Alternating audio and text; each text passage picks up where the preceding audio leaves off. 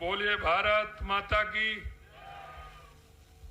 भारत माता की, भारत माता की। शहीद रोहतास लांबा, शहीद रोहतास लांबा, शहीद रोहतास लांबा। आज शहीद रोहतास लांबा की मूर्ति प्रतिमा अनावरण के कार्यक्रम में हमारे बीच में मेरे साथी कैबिनेट में उप मुख्यमंत्री डॉक्टर प्रेमचंद बैरवा जी और कैबिनेट में ही हमारे साथी भारतीय जनता पार्टी के वरिष्ठ नेता जिन्होंने अपना कर्म के आधार पर, संघर्ष के आधार पर पहचान बनाई, ऐसे डॉक्टर किरोड़ीलाल मीणा जी, हमारे पार्टी के ही वरिष्ठ नेता, किसान नेता के रूप में पूरे राजस्थान में जाने जाते हैं और देखते हैं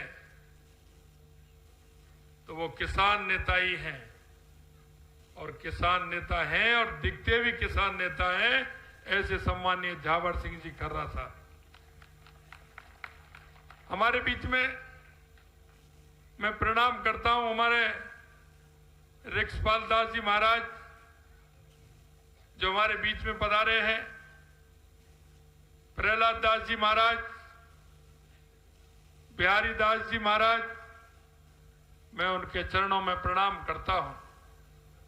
हमारी पार्टी के नेता और विधायक सम्मानीय कुलदीप धनखड़ जी,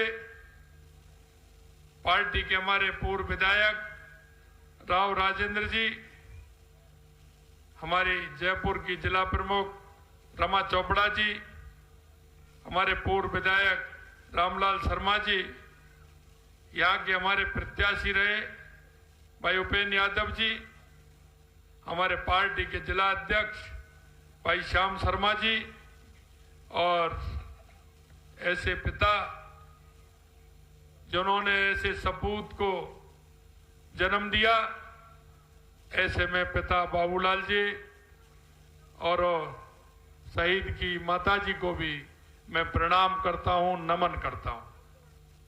उनके भाई जितेंद्र लांबा जी, श्रीमती मंजू देवी, हमारे शहीद लांबा की पत्नी, हमारी वीरांगना, हमारे सीआरपीएफ के आईजी विक्रम सहगल जी, श्रीमती नक्ची देवी सरपंच महोदय, वीरांगना मधुबाला मीणा जी, सुंदरी देवी जी, बीना देवी जी, और इस मंच पर विराजमान सभी अतिथिगण और मेरे सामने बैठे इस गांव के पूजा योग बुजुर्गों, नौजवान दोस्तों, माता और बहनों, आपके भी मैं चरणों में नमन करता हूं, अभिनंदन करता हूं, वंदन करता हूं कि आपने इस गांव में एक लाडले सपूत को जन्म दिया जिसने मां भारती की सेवा करते हुए अपने प्राणों को नौछावर कर दिया। मैं पुनः ऐसे शहीद रोहतास लांबा को नमन करता हूं, सलाम करता हूं। आज मुझे गर्व की अनुभूति हो रही है कि ऐसे जाबाज शहीद श्री रोहतास लांबा की मूर्ति अनावरण के कार्यक्रम में मैं शामिल हुआ हूं। ये अवसर मुझे मिला है मैं माननीय डॉक्टर किरोड़ीलाल जी और उन सभी आयोजकों को, क्योंकि किरोड़ीलाल जी डॉक्टर साहब ने मेरे से कहा था कि आपको इस कार्यक्रम में आना है। मेरे को एक आध दिन पीछे था, मेरे को कई कार्यक्रम पहले था, तो आपने कहा कि नहीं, इस कार्यक्रम में आना है। सभी आयोजकों का मैं बहुत बहुत धन्यवाद देता हूं कि ऐसे कार्यक्रम में मुझे उन्होंने बुलाया। राष्ट्र की सेवा करते हुए पुलवामा आतंकी हमले में अपना सर्वोच्च बलिदान देने वाले रोहतास शर्मा के इस पुण्य कार्य पर मुझे बुलाया है। मैं निश्चित रूप से धन्य हुआ हूं। मैं कहना चाहता हूं, इनके माता पिता, इनके परिवारजन निश्चित रूप से इस बहादुर बेटे को जन्म दिया और देश की सेवा के लिए उन्होंने उसको सेना में भर्ती कराने का काम किया। मैं यहां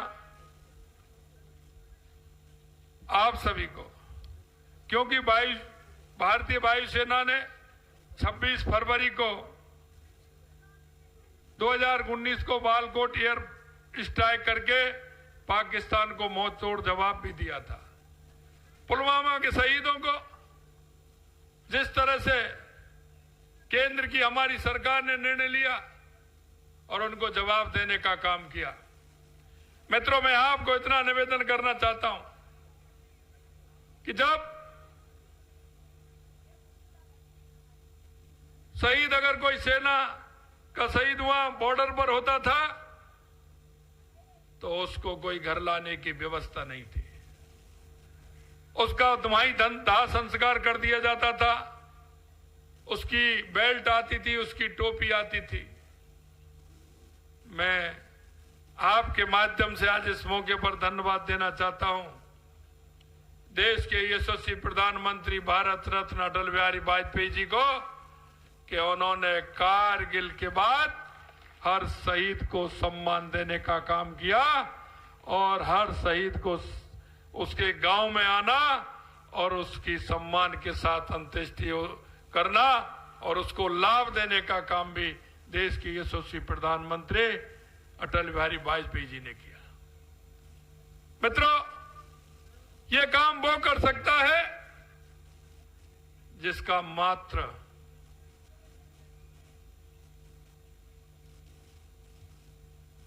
माता से, हमारे भारत माता से उनका प्रेम होगा। वो उनको पहचान सकेंगे कि शहीदों की कीमत क्या है। शहीदों की कोई कीमत नहीं होती है। शहीद शहीद होता है। शहीद उस मातृभूमि के लिए काम करता है, उसको सम्मान मिलना चाहिए। ये सम्माननीय अटल बिहारी वाजपेयी जी ने करके दिखाया। मैं आपको बताना चाहता हूं कि आज उन परिस्थितियों में और आज की परिस्थितियों में बहुत बड़ा अंतर है। पहले आप देखते थे आए दिन देश के अंदर आतंकवादी आते थे, किसी रेलवे स्टेशन पर बम फोड़ के चले जाते थे, किसी मंदिर पर बम फोड़ करके चले जाते थे, किसी बस स्टैंड पर बम फोड़ करके चले जाते थे और हम हताश होकर के देखते थे। कोई कार्रवाई नहीं होती थी। यहां तक कि बॉर्डर पर आए दिन इस तरह की घटना होती थी। लेकिन मैं कहना चाहता हूं 2014 के बाद वो आतंकी कहां चले गए ये पता नहीं, क्योंकि ये मजबूत सरकार थी केंद्र में नरेंद्र मोदी जी के नेतृत्व में। अगर उन्होंने दुस्साहस भी किया तो आपने देखा होगा बालाकोट और पुरी की घटनाएं वो साबित करके दिखा दिया कि अगर उधर से एक गोली चलेगी तो इधर से अनगिनत गोला छूटेंगे। आपको किसी भी तरह से बख्शा नहीं जाएगा। वो अगर किसी ने काम किया तो देश के यशस्वी प्रधानमंत्री नरेंद्र मोदी ने किया। आज हम कह सकते हैं कि हमारे सैनिक की तरफ कोई आंख उठा करके नहीं देख सकता। अगर वो एक घटना होती है तो हमारे सैनिक तैयार होते हैं। सैनिकों ने पहली बार कहा कि हमको बॉर्डर पे तो भेज दिया जाता था, लेकिन हमारे हाथों को बांध के रखा करते थे। माननीय हमारे रक्षा मंत्री राजनाथ सिंह जी ने कहा कि सेना का कोई हाथ बंधा हुआ नहीं है, सेना मौके पर निर्णय ले और जवाब दे, और हमारी सेना ने प्रारंभ कर दिया। अगर उधर से थोड़ी सी हलचल होती है तो तुरंत हमारी सेना उसको जवाब देने का काम करती है। मित्रों, मैं आपसे इतना निवेदन करना चाहता हूं, आपके उस वोट ने इस देश में परिवर्तन लाने का काम किया है।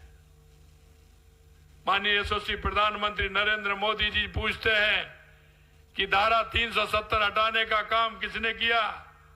लोग कहते हैं सभी कि आपने किया। सेनाओं को मजबूत करने का काम किसने किया? लोग कहते हैं प्रधानमंत्री जी ने किया, आपने किया। लेकिन हमारे यशस्वी प्रधानमंत्री जी कहते हैं ये मैंने नहीं, मेरे गांव के उस किसान ने, गांव के उस गरीब ने, आप सबने वो काम किया है, क्योंकि आपकी एक वोट ने उसकी कीमत जानी, आपके एक एक वोट ने वो काम किया है। मित्रों, हजारों सालों की गुलामी के बाद हमारी संस्कृति को मिटाने का काम किया था, हमारी सांस्कृतिक धरोहरों को समाप्त करने का काम किया था। मैं कहना चाहता हूं आपसे कि यशस्वी प्रधानमंत्री नरेंद्र मोदी जी के नेतृत्व में हम दोबारा से हमारी सांस्कृतिक पुनरुत्थान का काम प्रारंभ हो गया है, और प्रारंभ भी कर दिया है। चाहे काशी विश्वनाथ का आप देख लें, चाहे महाकाल लोक देख लें, और चाहे बनता हुआ अयोध्या में राम मंदिर देख लें, ये माननीय यशस्वी प्रधानमंत्री जी ने प्रारंभ किया है। ये सारी बात मैं आपसे इसलिए कहना चाहता हूं कि आजादी से पहले इस देश के अंदर जिस तरह की स्थिति बनी हुई थी, हमारे देश में ऊंड आए, कुषाण आए, इस्लाम आए, अंग्रेज आए, उन्होंने हमारी संस्कृति को नष्ट करने का काम किया। लोगों ने आजादी के लिए अपने प्राण दिए थे, अपने आप को न्यौछावर कर दिया, लेकिन उसके बाद देश की धारा भी तुष्टीकरण के आधार पर चलने लग गई थी। तुष्टीकरण के आधार पर फैसले लेने लग गए थे। लोगों को लगा कि आखिरकार क्या हो रहा है। मैं आपसे कहना चाहता हूं, 2014 के पहले आपने भ्रष्टाचार भी देखे होंगे। आए दिन हजारों के घोटाले आते थे, हर चीज में घोटाला होता था, हर चीज में घोटाला ही घोटाला होता था। 2014 के बाद देश में परिवर्तन की लहर आई, और गरीब कल्याण से लेकर के, देश के स्वाभिमान से लेकर के, देश के विकास से लेकर के एक नई छवि हमारे भारत की बनी है। मैं आपसे इतना ही कहना चाहता हूं, पिछली 5 साल की सरकार भी डॉक्टर साहब जिक्र कर रहे थे, आपने देखा था किस तरह से हमारी बहनाओं के साथ, वीरांगनाओं के साथ उन्होंने किस तरह से बिहेव किया था, ये आप सभी को पता है। आए दिन भ्रष्टाचार की कहानी होती थी। डॉक्टर साहब कह रहे थे कि महिलाओं की, अगर देश में अत्याचार में पहले नंबर कोई राज्य था तो वो राजस्थान था। हमारा प्रदेश शक्ति और भक्ति और शांति के नाम से जाना जाता है। हमारे यहां वीरांगनाओं की, हमारे यहां हमारी उन माताओं की पूजा होती है, लेकिन यहां जिस तरह की स्थिति बनी, महिला अत्याचार में पहले नंबर पर था, भ्रष्टाचार में पहले नंबर था, पेपर लीक में पहले नंबर था। हमने कहा हमारी सरकार आएगी, हम संकल्प पत्र लेकर के आए थे, हमने कहा ऐसा काम नहीं चलेगा।